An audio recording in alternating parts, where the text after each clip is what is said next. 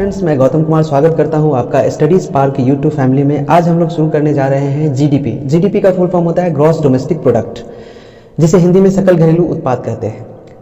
ये होता क्या है, इसे जानते हैं। इसका परिभाषा है कोई भी देश, चाहे वो हमारा प्यारा भारत क्यों ना हो या कोई भी कंट्री हो, जिसके सीमा के अंतर्गत, डोमेस्टिक का अर्थ ही होता है घरेलू, तो उसके घरेलू सीमा के अंतर्गत उत्पादित जितनी भी अंतिम वस्तुएं हैं, जैसे फिनिश्ड प्रोडक्ट एवं सेवाएं हैं, उनके मौद्रिक मूल्य के कुल योग को जीडीपी कहा जाता है। जैसे अब एक साल के अंतर्गत उत्पादित वस्तुएं क्या क्या हो सकती है, जैसे कि लैपटॉप हो सकती है, मोबाइल्स हो सकते हैं, फर्नीचर हो सकता है, बुक हो सकता है। अगर हम सेवा की बात करें तो सेवा, डॉक्टर्स, चिकित्सक जो हमें देते हैं वो सेवा के क्षेत्र में आएगा। वकील जो हमें सर्विस प्रोवाइड करते हैं, चार्टर्ड अकाउंटेंट्स जो हमें सर्विस प्रोवाइड करते हैं, वो सेवा आएगा। इन दोनों के मौद्रिक प्रोडक्ट उसे कहा जाता है जो मार्केट में तैयार होकर बिकने आता है, फाइनल रूप से जो बिकने आता है, उसे हम फिनिश्ड प्रोडक्ट बोलते हैं। मैंने परिभाषा में बोला कि भारतीय सीमा के अंतर्गत उत्पादित अंतिम सभी वस्तुएं एवं सेवाओं के मौद्रिक मूल्य को जीडीपी कहते हैं। इसका मतलब यह है कि भारत की सीमा के अंतर्गत कोई भी व्यक्ति, चाहे वो विदेशी हो, भारतीय हो, कोई भी व्यक्ति आकर अगर प्रोडक्शन करते हैं, सर्विस देते हैं, तो उसके द्वारा उत्पादित किए गए जो भी सेवाएं हैं या प्रोडक्शन है, उसका जो मौद्रिक मूल्य आता है, उसको हम जीडीपी में शामिल करते हैं। इससे कोई फर्क नहीं पड़ता कि सामने वाला व्यक्ति विदेशी है या भारतीय है। यहाँ पे जीडीपी का सीधा अर्थ होता है कि एक सीमा के अंतर्गत, घरेलू सीमा के अंतर्गत कोई भी वस्तु का उत्पादन हो या सेवा दी गई हो, उसे हम जीडीपी कहेंगे। तो चलिए, यहाँ तक आपको क्लियर हो गया होगा। अब आप सोचते होंगे कि सरकार को एक एक सामानों की डिटेल्स कैसे मिलती होंगी। तो मैं आपको एक बात बताना चाहूँगा कि सरकार को सभी चीज़ों की जानकारी नहीं होती है, सभी वस्तुओं की जानकारी नहीं होती है। सरकार को सिर्फ उसी चीज़ों की जानकारी होती है जिसका टैक्स पे किया गया हो, और उसका डिटेल्स गवर्नमेंट के पास होता है। जो हम टैक्स भरते हैं उसके थ्रू गवर्नमेंट के पास डिटेल आता है। ऐसा इसलिए है कि हमारे कंट्री में या किसी भी कंट्री में ऑर्गेनाइज्ड एंड अनऑर्गेनाइज सेक्टर काम करते हैं। ये जो सेक्टर्स होते हैं, अनऑर्गेनाइज सेक्टर, वो टैक्स पे नहीं करते हैं, और जब वो टैक्स पे नहीं करते हैं तो गवर्नमेंट के पास कोई डिटेल्स नहीं होता है। ये अनऑर्गेनाइज सेक्टर होते कौन हैं? तो इसका आंसर है, जैसे गली मोहल्ले में, गली नाले में आप देखते हैं कि डॉक्टर्स, जो लोकल डॉक्टर साहब जो हैं, ये देखिए डॉक्टर साहब सेवा करते हैं, और लोकल टीचर जो बच्चों को सर्विस देते हैं, पढ़ाते हैं, टीचिंग करते हैं। रेडी पे आप देखते होइएगा सामान बिकता है, सड़क किनारे, आप रेलवे पटरियों पर बेचते हुए देखते होंगे। बहुत ऐसे फुटपाथ जगह पे जो सामान बिकता है, उसकी जानकारी गवर्नमेंट को नहीं होती है। गवर्नमेंट के पास उसी चीज़ों की जानकारी होती है जिसका टैक्स पे किया जाता है, उसी प्रोडक्ट का डिटेल होता है, उसी चीज़ की जानकारी होती है गवर्नमेंट को, और इसी बेस पर गवर्नमेंट जीडीपी निकालती है। पहले वर्ष जीडीपी 2019 में मानते हैं, प्रथम वर्ष, पहले वर्ष जो है फिनिश्ड प्रोडक्ट का कॉस्ट 1 लाख रुपए है। आप ये देखिए 1 लाख रुपए है ना, ऊपर दिख रहा है आपको। फिनिश्ड प्रोडक्ट पहले ईयर 2019 में, अभी मैं 2020 में हूँ, 2019 में फिनिश्ड प्रोडक्ट का कॉस्ट आया 1 लाख, और जो सर्विसेज दी गई वो थी 1 लाख की। अब आपसे पूछा जाएगा कि अब बताइए कि एक साल में उस कंट्री की जीडीपी क्या हुई। तो हमने जीडीपी का परिभाषा देख लिया है कि फिनिश्ड प्रोडक्ट प्लस सर्विसेज के मौद्रिक मूल्य के योग को जीडीपी कहा जाता है। तो इनको हम जोड़ देंगे, इनको जैसे ही जोड़ देंगे तो हमारा जीडीपी 2 लाख आ जाएगा। ये देख लीजिए 2 लाख आ गया। फिर कभी कभी आप देखते होइएगा कि न्यूज़ में आता है कि इस देश का जीडीपी 5% ग्रो कर गया या इतना % निगेटिव चला गया। ये कैसे हम लोग निकालते हैं? तो याद रखिए कि किसी भी देश की जीडीपी, जो एनुअल जीडीपी निकाला जाता है, वो प्रीवियस ईयर से कंपैरिजन किया जाता है। तो इसके लिए हमें, जैसे मेरे पास 2019 का ये डेटा है, ये एग्जाम्पल के तौर पे है, तो इसी तरह से हम 2020 का डेटा लेंगे। ये हमारा प्यारा भारत हो गया, ठीक है। और यहाँ पे सेकेंड ईयर क्या हुआ, उस देश की फिनिश्ड, उस कंट्री की फिनिश्ड प्रोडक्शन, जो प्रोडक्ट है वो 90,000 का हुआ। ये आप देख रहे हैं 90,000, और सर्विसेज 1,20,000 रुपए की हुई, ठीक है। सेकेंड ईयर 90,000 का फिनिश प्रोडक्शन हुआ और सर्विसेज 1,20,000 की हुई। अब जो जीडीपी निकल कर आया वो 2,10,000 रुपये आया। देख रहे हैं आप। अब यहाँ पे एक चीज़ सोचने लायक है कि प्रीवियस ईयर जो 2019 था हमारा प्रथम ईयर, वहाँ पे 2 लाख था जीडीपी, और सेकेंड ईयर 2020 में हम 2,10,000 रुपये हमारा जीडीपी आया देश का। तो इसको कैसे निकालते हैं? इन दोनों के जो डिफरेंसेस हैं उनको डिफरेंसेस आएंगी वही जीडीपी होगा। फॉर एग्जांपल 2,10,000 में से 2 लाख को घटा देंगे, जो माइनस करके आएगा वो 10,000 आएगा। तो 10,000 कितना परसेंट हुआ 2 लाख का? प्रीवियस ईयर जो 2 लाख जीडीपी था उसका कितना परसेंट से बढ़ा ये 10,000? तो 5%, 2 लाख का 5% 10,000 होगा।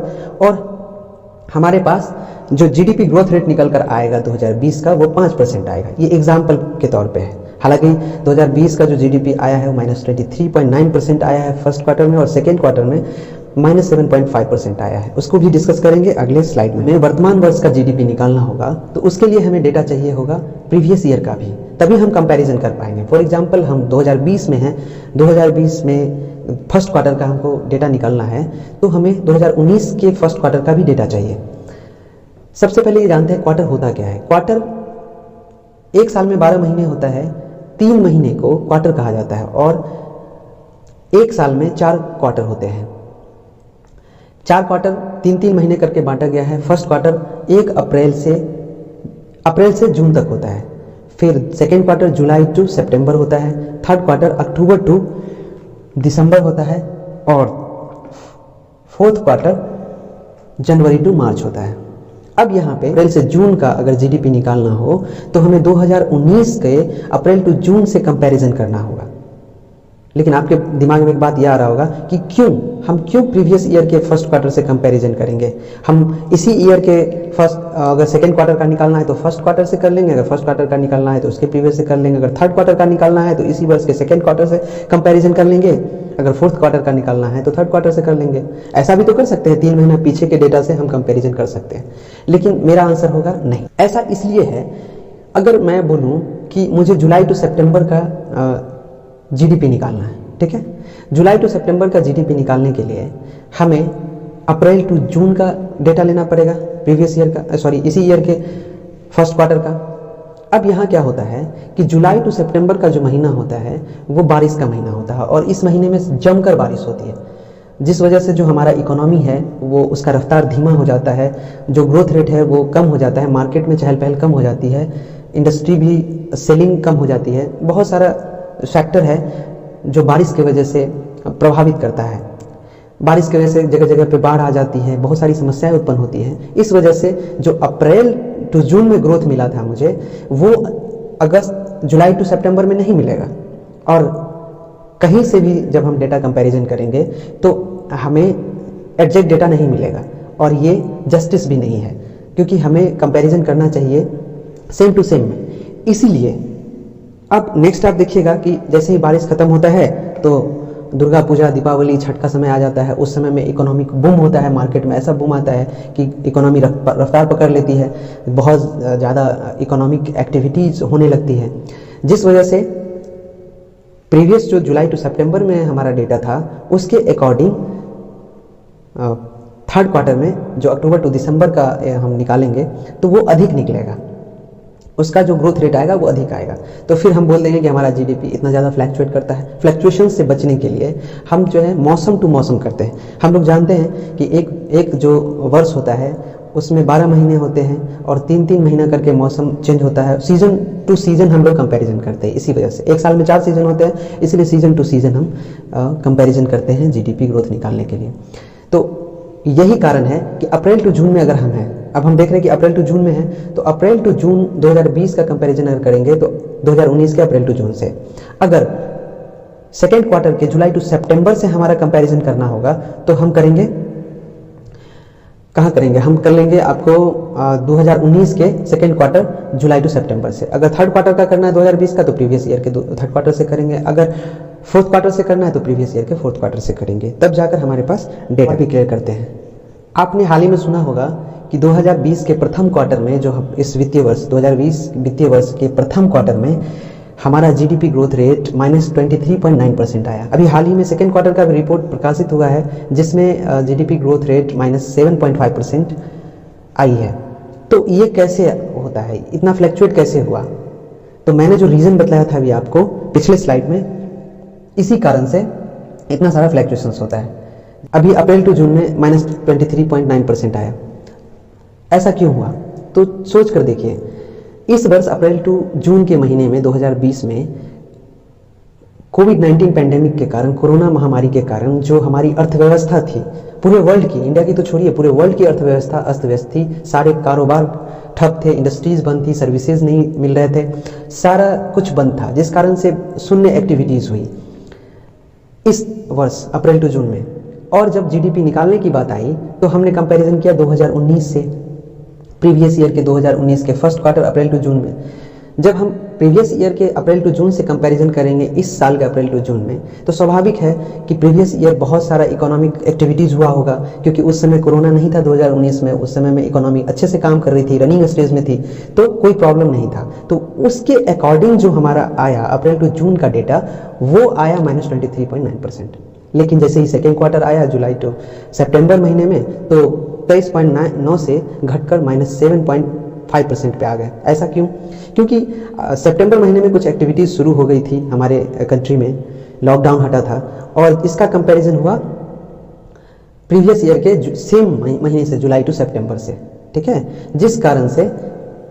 जिस वजह से हमारा जीडीपी ग्रोथ रेट इतना ज़्यादा फ्लक्चुएट किया। जीडीपी ग्रोथ एनुअल को समझने से पहले आपके मन में एक सवाल आना चाहिए कि जब इस तरह का स्थिति है, -23.9% तक जब जीडीपी नेगेटिव में चला जाए, तो ऐसे सिचुएशन में सरकार को क्या करना चाहिए?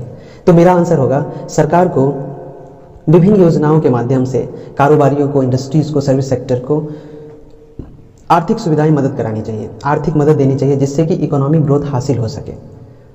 ठीक है, अब हम आते हैं जीडीपी ग्रोथ। हमने 4 साल का डेटा लिया है। जिस तरह से क्वार्टरली हम लोग प्रीवियस ईयर के क्वार्टर से मैच कराते थे, उसी तरह से इस बार भी एनुअल में 3 महीने का डेटा नहीं लेते हैं। इस एनुअल रिपोर्ट में 1 साल का रिपोर्ट लिया जाता है।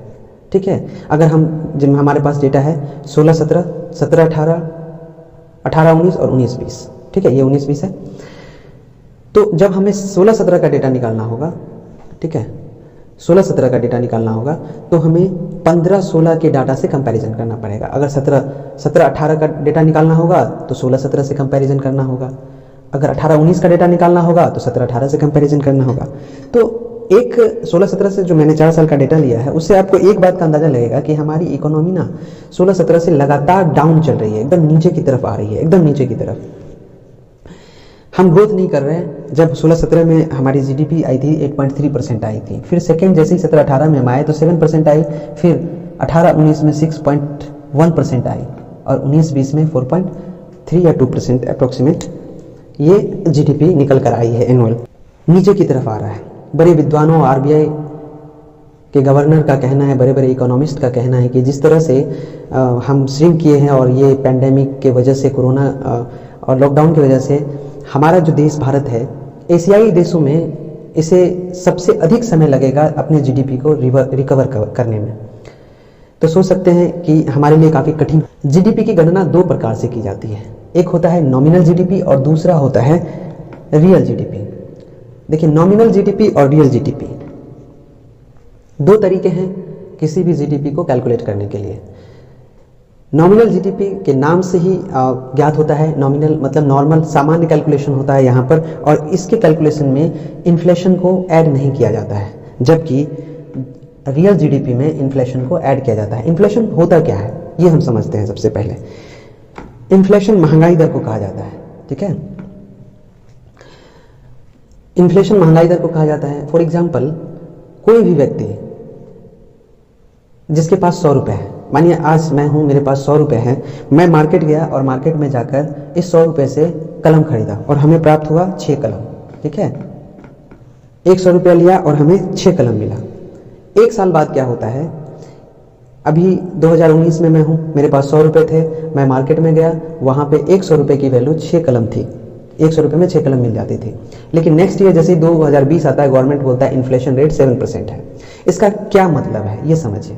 देखिए, हमारे पास 100 रुपये तो है, वो अंक में 100 रुपये हैं, कागज में 100 रुपये लिखा हुआ है, लेकिन जैसे ही मार्केट में हम जाएंगे उस 100 रुपये से सामान खरीदने के लिए, तो उसकी वैल्यू 7%, यानी कि 100 का 7%, 7 रुपये घटकर 93 रुपये वैल्यू हो जाएगी उसकी। अंक में वो 100 रुपया है, दिखने के लिए 100 रुपये का नोट है हमारे पास, लेकिन इन्फ्लेशन की वजह से उसकी वैल्यू 93 रुपया हो गया।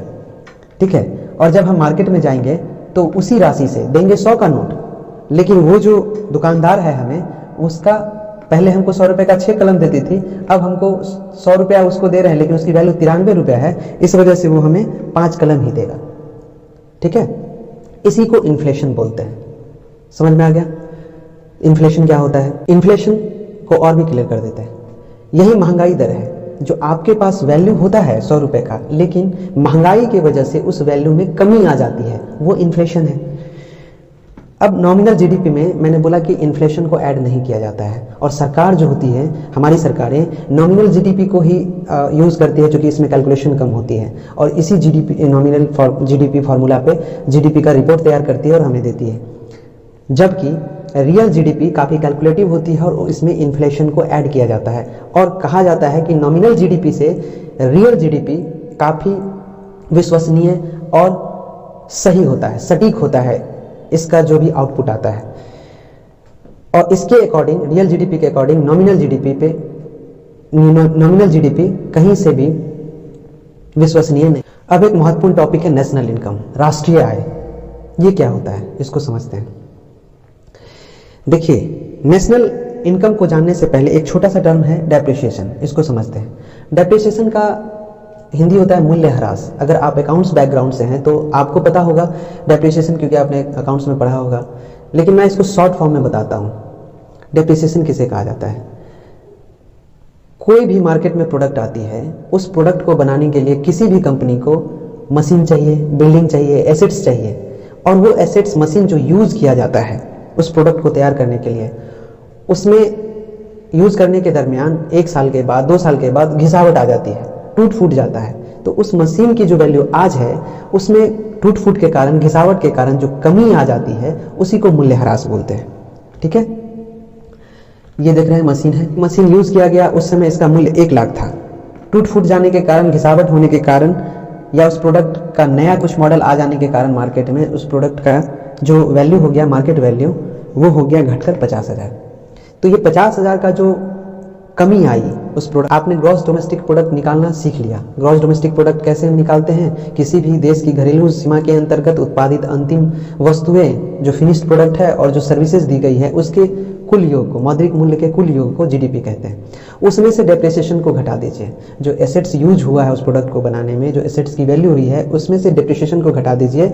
जो वैल्यू निकल कर आएगा वही हमारा होगा नेट डोमेस्टिक प्रोडक्ट। ठीक है, एनपी का फुल फॉर्म होता है ग्रॉस नेशनल प्रोडक्ट। यहाँ पर नेशनल की बात की जा रही है। नेशनल मतलब राष्ट्रीय। अब तक हमने समझा था डोमेस्टिक के बारे में, घरेलू सीमा के अंतर्गत जो उत्पादन होती है उसके बारे में हमने समझा था कि इसमें कैलकुलेशन जो किया जाता है, जो इनकम को ऐड किया जाता है, चाहे भारतीय हो या विदेशी हो, उनके द्वारा जो भी प्रोडक्शन किया गया या सर्विसेज दी गई, उनके मौद्रिक मूल्य को हम जीडीपी बोलते हैं। लेकिन जीएनपी में क्या होता है? भारत की सीमा के अंतर्गत तो जो नहीं है, लेकिन ये जो वर्ल्ड है वहाँ पर भारतीयों द्वारा या किसी भी देश के नागरिक द्वारा, जिस देश का हम जीएनपी निकाल रहे हैं, उस देश के नागरिक के द्वारा दूसरे देशों में जाकर जो अर्निंग किया जाता है उसको भी ऐड किया जाता है। और साथ ही साथ हमारे देश में, फॉर एग्जांपल मैं भारतीय हूँ, भारत की सीमा में भारतीय तो इनकम करते ही है, उसको तो ऐड करेंगे ही करेंगे। साथ ही साथ ये भारतीय देश के अन्य कई जगहों पर जाकर के इनकम करेंगे, विदेशों में जाकर इनकम करेंगे, उनके द्वारा जो अर्जित आय है उसको भी ऐड करेंगे। और साथ में भारत में विदेशियों द्वारा जो इनकम की गई है उस इनकम को घटा देंगे, तब जाकर हमें ग्रॉस नेशनल प्रोडक्ट आएगा। समझ में आ गया आपको? इसका फॉर्मूला है जीडीपी प्लस एक्स। एक्स को हम, ये जो एक्स है इसको हम डिनोट करते हैं भारतीयों द्वारा विदेशों में अर्जित किए गए आय से, इसको एक्स को डिनोट करता है। उसमें से घटा देंगे एम। एम जो होता है, एम हम डिनोट करते हैं विदेशियों द्वारा भारत की सीमा के अंतर्गत कमाए गए आय को। ठीक है, एम को घटाने के बाद जो आएगा वो हमारा जीएनपी है। ठीक है, जीएनपी से अगर एनएनपी पूछा जाए कैसे निकाला जाएगा तो सिंपल है, जीएनपी में से भी डेप्रिसिएशन को घटा देंगे और जो निकल कर आउटपुट आएगा वो एनएनपी हो जाएगा। डेप्रिसिएशन को घटाना है और नेट निकल जाएगा। नेशनल इनकम निकालने से पहले हम लोग डिस्कस करेंगे फैक्टर कॉस्ट के बारे में। ये फैक्टर कॉस्ट क्या होता है? दो चीजों को डिस्कस करेंगे, फैक्टर कॉस्ट और मार्केट प्राइस को। देखिए फैक्टर कॉस्ट होता क्या है, सबसे पहले ये समझते हैं। फैक्टर कॉस्ट उस कॉस्ट को कहा जाता है जिस कॉस्ट पर प्रोडक्शन किया जाता है, जिसमें कोई भी टैक्स, कोई भी कंपनी का प्रॉफिट ऐड नहीं रहता है। जिस वैल्यू में प्रोडक्शन हुआ, जिस वैल्यू में सामान बनाया गया, उस वैल्यू को ही फैक्टर कॉस्ट कहते हैं। फॉर एग्जांपल एक फैक्ट्री है, उस फैक्ट्री में किताब का प्रोडक्शन होता है। ठीक है, तो उस प्रोडक्शन में फॉर एग्जांपल 10 किताब बनाया, वो 10 किताब का जो मूल्य आया वो 100 रुपये आया। अगर आपसे पूछा जाए कि एक किताब का फैक्टर कॉस्ट कितना हुआ, तो हम क्या करेंगे, 100 में 10 से भाग दे देंगे और एक किताब का 10 रुपया मूल्य आ जाएगा। ये जो 10 रुपये आया है वो शुद्ध उस किताब को बनाने में शुद्ध खर्च किया गया राशि है, जिसमें कंपनी का ना कोई प्रॉफिट ऐड है, ना ही गवर्नमेंट इस पर कोई टैक्स लगाई है। इसी को फैक्टर कॉस्ट बोलते हैं। अब आते हैं मार्केट प्राइस पे। मार्केट प्राइस क्या होता है? देखिए, मार्केट प्राइस आप ऊपर देख रहे हैं लिखा हुआ, ठीक है। मार्केट प्राइस वो प्राइस होता है जिस प्राइस पर जो प्रोडक्ट बना है गवर्नमेंट के द्वारा, जो प्रोडक्ट बनाए गए हैं, एक किताब जो बनाया गया है, उस किताब को मार्केट में टैक्स जोड़कर और कंपनी का प्रॉफिट जोड़कर बेचा गया हो। फैक्टर कॉस्ट में टैक्स को ऐड करके और कंपनी के प्रॉफिट को ऐड करके जो मूल्य आया है उसी को मार्केट प्राइस बोलते हैं। मार्केट प्राइस में गवर्नमेंट का टैक्स ऐड रहता है और प्रॉफिट भी ऐड रहता है, ठीक है। यहां पर देखिए, मार्केट प्राइस में इनडायरेक्ट टैक्स बहुत बड़ा रोल प्ले करता है। अब बोलिएगा कैसे सर? तो मेरा आंसर होगा, देखिए, गवर्नमेंट को टैक्स से तो जो अमाउंट मिलता है सो मिलता ही है, साथ ही साथ जीडीपी कैलकुलेशन में ये बहुत बड़ा रोल प्ले करता है। इससे क्या होता है, गवर्नमेंट को पता चलता है कि मार्केट में कितना प्रोडक्शन हुआ और कितना माल बिक गया, तो इसका डेटा इनडायरेक्ट टैक्स की वजह से गवर्नमेंट के पास चला जाता है और जीडीपी कैलकुलेशन में सटीकता आती है। हालांकि अनऑर्गेनाइज सेक्टर की वजह से बहुत सारी डेटा मिसिंग है, फिर भी हम बहुत सारे डेटा इसी पे बनाते हैं। इसको दूसरे एग्जाम्पल से भी हम समझ सकते हैं। देखिए, गवर्नमेंट को कैसे पता चलता है कि इतना माल बिका या इस जगह पे इतना प्रोडक्शन हुआ? टैक्स की वजह से। फॉर एग्जाम्पल, मानिए कि एक सड़क गवर्नमेंट ने बनाई, उस सड़क पे कितनी गाड़ियां चल रही है इसका पता गवर्नमेंट को लगाना है, तो वो कैसे लगाएगा? वहां पे वो टोल टैक्स लगा देगा। आप यहाँ से हाजीपुर जाते होंगे या बहुत सारे जगहों पे जाते होंगे तो आप देखते होइएगा कि जब गाड़ियां जाती हैं तो एक हाजीपुर में भी टोल टैक्स लगा कर रखता है। इससे गवर्नमेंट को पता चलता है कि इस सड़क पर कितनी गाड़ियां आई हैं और गई हैं टोल टैक्स लगाने से, तो उसका वैल्यू पता चल जाता है कि एक साल में इस सड़क से इतनी गाड़ियां गुजरी हैं। उसी तरह इनडायरेक्ट टैक्स भी रोल प्ले करता है हमारे इंडियन इकोनॉमी में, ठीक है। अब समझते हैं फैक्टर कॉस्ट। अगर हम समझ चुके हैं तो मार्केट प्राइस भी हमको समझ में आ गया है। इसी पे आपसे एक फॉर्मूला पूछ देगा कि net national product at market price कैसे निकालेंगे। तो मैंने बता दिया, मार्केट प्राइस निकालने से के लिए आपको फैक्टर कॉस्ट में इनडायरेक्ट टैक्स और प्रॉफिट को जोड़ देना है। तो एनएनपी ऊपर में मैंने लिखा भी है, NNP FC plus indirect tax plus profit, ठीक है, आ जाएगा। अगर आपसे पूछ ले कि आप फैक्टर कॉस्ट बराबर क्या होगा, तो सीधा है, मार्केट प्राइस में से इनडायरेक्ट टैक्स को घटा देंगे और सब्सिडी को जोड़ देंगे। सर आपने सब्सिडी नहीं पढ़ाया और यहाँ पे सब्सिडी जोड़ रहे हैं, तो चलिए इस टर्म को भी समझा देते हैं। सब्सिडी गवर्नमेंट वैसे प्रोडक्ट पे देती है जो दिनचर्या की यूज की चीजें हैं, जो प्रोडक्शन के बाद जिसका मूल्य हाई हो जाता है और आम जनमानस के लिए वो काफी उपयोगी चीज है, वो लाइफ लाइन है। वहां पे गवर्नमेंट उस प्रोडक्ट को सस्ता बनाने के लिए सब्सिडीज देती है ताकि आम जनमानस उसको आसानी से कंज्यूम कर सके। सर एग्जांपल दे दीजिए, तो उसका जीता जागता उदाहरण है सिलेंडर। आप देखते होइएगा सिलेंडर का प्रोडक्शन कॉस्ट हाई होता है, लेकिन उसको सस्ता करने के लिए गवर्नमेंट क्या करती है, उस पर सब्सिडीज देती है ताकि लोग उसको यूज करें, क्योंकि वो लाइफ लाइन है। आप समझ गए? तो इस सब्सिडी को जोड़ते हैं हम। जब एनएनपी एफसी निकालना हो, net national product at factor cost, तो net national product at market price में से इनडायरेक्ट टैक्स को घटाने के बाद सब्सिडी को जोड़ देंगे। अब ये जो net national product factor cost आया है, यही नेशनल इनकम है। इसी का दूसरा नाम नेशनल इनकम है। अगर आपको net national product at factor cost निकालने आ गया है तो आपका सारा समस्या दूर है, आपको नेशनल इनकम निकालने आ गया है। पर कैपिटा इनकम को समझते हैं। Net national product at factor cost या नेशनल इनकम को जब टोटल पॉपुलेशन से, किसी देश की जनसंख्या से भाग देते हैं तो वो क्या होता है, पर कैपिटा इनकम निकल कर आता है। फॉर एग्जांपल, किसी देश का नेशनल इनकम 100 रुपया है और पॉपुलेशन 10 है, तो आप 100 में 10 से भाग दे दीजिएगा, जो 10 रुपये निकल कर आया वो क्या हो जाएगा, आपका नेट पर कैपिटा इनकम हो जाएगा। सीएसओ एक वर्ष में 4 बार जीडीपी निकालती है, ठीक है। यदि हम 2019-20 के पर कैपिटा इनकम की बात करें इंडिया की, तो 1.35 लाख समथिंग है, 1.35 लाख एवब है हमारे इंडिया की पर कैपिटा इनकम। यहीं पर गोवा राज्य है जिसका प्रति व्यक्ति आय 4 लाख रुपए है। 4 लाख रुपए है जो सबसे अधिक है। और वहीं पे सबसे कम की बात करें तो वो बिहार है, जहां पे प्रति व्यक्ति आय 43,000 रुपये है। जहाँ पे प्रति व्यक्ति आय 43,000 रुपये और सबसे गरीब राज्य है जो कि सबसे न्यून है। अगर हम देश की बात करते हैं पूरे देश की, तो मैंने बताया 1.35 लाख है। वहीं पे अगर हम अदर कंट्री से कंपैरिजन करें, कंपेयर टू यूएसए, तो यूएसए में प्रति व्यक्ति आय लगभग 32 लाख है। जानते हैं सीएसओ का गठन 2 मई 1951 को हुआ था और इसका मुख्यालय नई दिल्ली है। भारत में राष्ट्रीय आय समिति का गठन 1949 में हुआ था। चलिए रिकॉल करते हैं। हमने अब तक सीखा GDP, NDP, GNP, NNP, NI और पीसीआई। एनआई मतलब नेशनल इनकम, पीसीआई मतलब हो गया पर कैपिटा इनकम। तो जीडीपी को समझते हैं। जीडीपी हमने बताया था डेफिनेशन से कि जीडीपी क्या होता है, किसी देश की सीमा के अंतर्गत, किसी देश की घरेलू सीमा के अंतर्गत उत्पादित अंतिम वस्तुओं एवं सेवाओं के मौद्रिक मूल्य को जीडीपी कहा जाता है। चाहे वो देसी व्यक्ति द्वारा किए गए हो, देश के नागरिक द्वारा किए गए हो या विदेशियों द्वारा किए गए हो, उस सीमा के अंतर्गत आए, वो सब जीडीपी के अंतर्गत आता है। वहीं अगर एनडीपी की बात करें तो एनडीपी में हम नेट जीडीपी में से डेप्रिसिएशन को घटा देंगे तो हमें एनडीपी निकल कर आएगा। अगर वहीं जीएनपी की बात करें तो जीडीपी और जीएनपी में कोई अंतर नहीं है, थोड़ा सा अंतर है। जीडीपी में घरेलू सीमा के अंतर्गत जो आय होती है उसको हम ऐड करते हैं और जीएनपी में जो नेशनल आय होती है, राष्ट्रीय के द्वारा जो आय होती है, उसको ऐड करते हैं।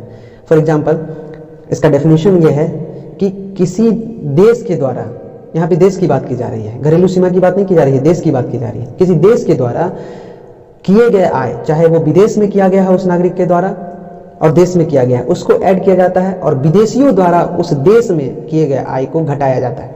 भारत की सीमा में जो भारतीयों द्वारा आय किया गया और वर्ल्ड में जाकर भारतीयों द्वारा जो इनकम किया गया उसको जोड़ देंगे और इस सीमा में, भारत की सीमा में जो बाहर से आए लोग विदेशी हैं उसके द्वारा जो अर्जित आय है उसको घटा देंगे तो जीएनपी आ जाएगा।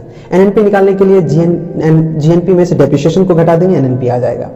और नेशनल इनकम निकालने के लिए हमें क्या करना है, net national product at factor cost निकालना है, या फिर हमारे पास अगर net national product at market price है तो उसमें से इनडायरेक्ट टैक्स को घटा देंगे, सब्सिडीज को जोड़ देंगे तो हमारा क्या होगा, नेशनल इनकम आ जाएगा।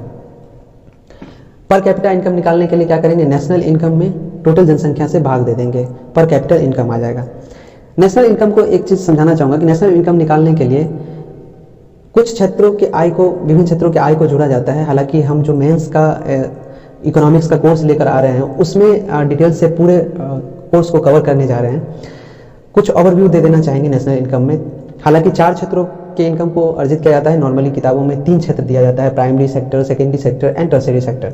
नेशनल इनकम में जो ऐड किया जाता है, प्राइमरी सेक्टर होता है प्राथमिक क्षेत्र, जिसमें कृषि, वानिकी, खनन को ऐड किया जाता है। और हमारे इस साल जो है 2020 में नेशनल इनकम में प्राथमिक क्षेत्र का योगदान 17.32% है।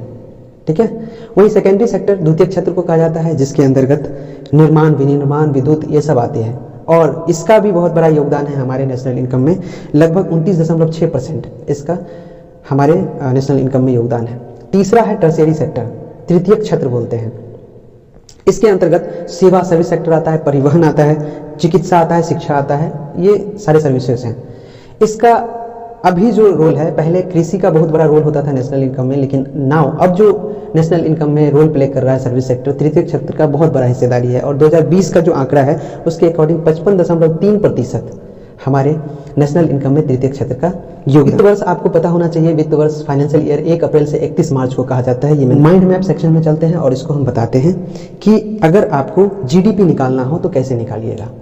फॉर एग्जाम्पल देखिए, ये जीडीपी निकालना है हमको, ठीक, निकालना है हमको, ठीक। अगर जीडीपी को आप अच्छे से समझ रहे हैं कि फिनिश्ड प्रोडक्ट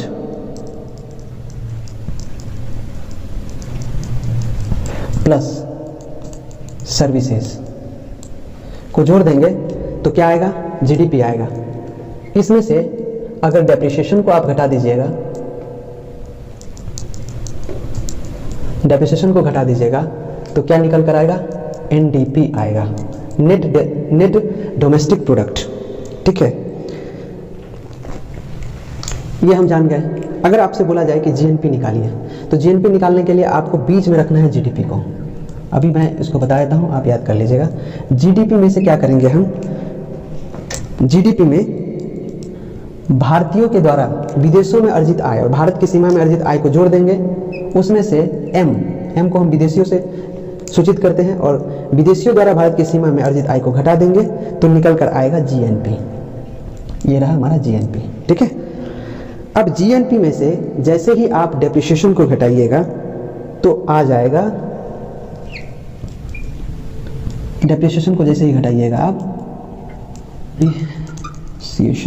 जीएनपी में से डेप्रिसिएशन को घटाइएगा तो निकल कर आएगा एनएनपी। क्या निकल कर आएगा, एनएनपी, ठीक है। एनएनपी, यहीं पर अगर आप फैक्टर कॉस्ट को जोड़ दीजिए, एक फैक्टर कॉस्ट, ठीक है। एनएनपी नेट नेशनल प्रोडक्ट आया, इसमें अगर फैक्टर कॉस्ट को जोड़ दीजिएगा तो ये हमारा क्या निकल कर आ जाएगा, यही नेशनल इनकम हो जाएगा। एनआई बोलते हैं इसको, नेशनल इनकम। अब देखिए इस एनएनपीएफसी में इनडायरेक्ट टैक्स को जोड़ दीजिए, आईटी को, इनडायरेक्ट टैक्स को जोड़ दीजिएगा तो निकल कर जो आएगा वो क्या आ जाएगा,